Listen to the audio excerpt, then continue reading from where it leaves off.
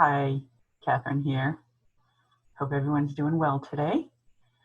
Wanted to jump right in today and talk a little bit about chapter 2 in Get Happy, Dammit. Second chapter is all about what we're feeding our minds. And when I was writing this chapter, I was going back to a period of my life where I was very active in local politics. And as we know, nothing's going to raise your blood pressure faster than thinking about, talking about politics. And I remember a comment my husband said. He's just like, you are literally raising your blood pressure by reading this stuff, the blogs, the newspapers, the comments. And I thought, you know what? He's right. And while it's impossible to be an advocate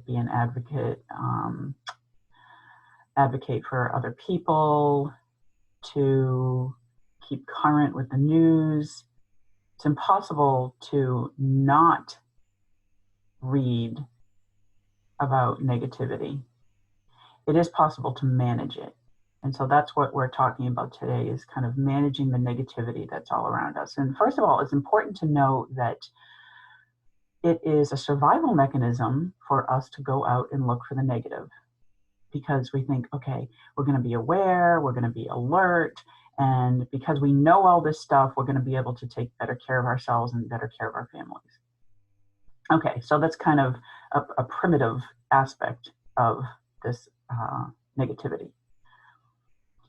However, the reality is if we don't read social media every hour, if we're not watching the news religiously every night, we're probably still going to be okay. And that's very important to recognize, because we need to step away from what we are putting into our brain. You know, it's the garbage in, garbage out. If we constantly have this influx of negativity, and we're constantly thinking about it, and we're constantly feeding our minds with it, then that's basically what our minds are going to focus on constantly, and it's going to affect our quality of life, whether it's through depression, anger, or some other kind of emotion that is getting in the way. So what I would challenge you to do today is to do the exercises in the book. Find some uplifting material to read. Anything. It could be doing a Google search for inspirational quotes, literally, and looking at memes.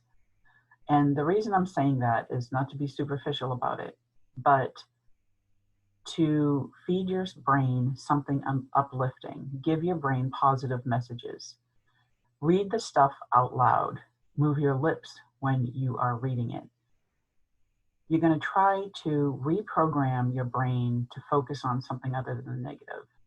And step away from social media, step away from the television, step away from news media as often as you can.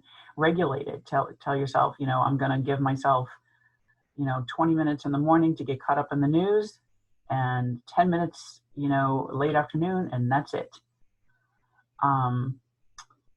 I think that's just really important when you are trying to make some changes in your life, is to be able to regulate that. The other thing that you can try is to reframe some of this. Okay, all this bad stuff is going on in the world. What does that mean? What can we do to become a force of good to offset that?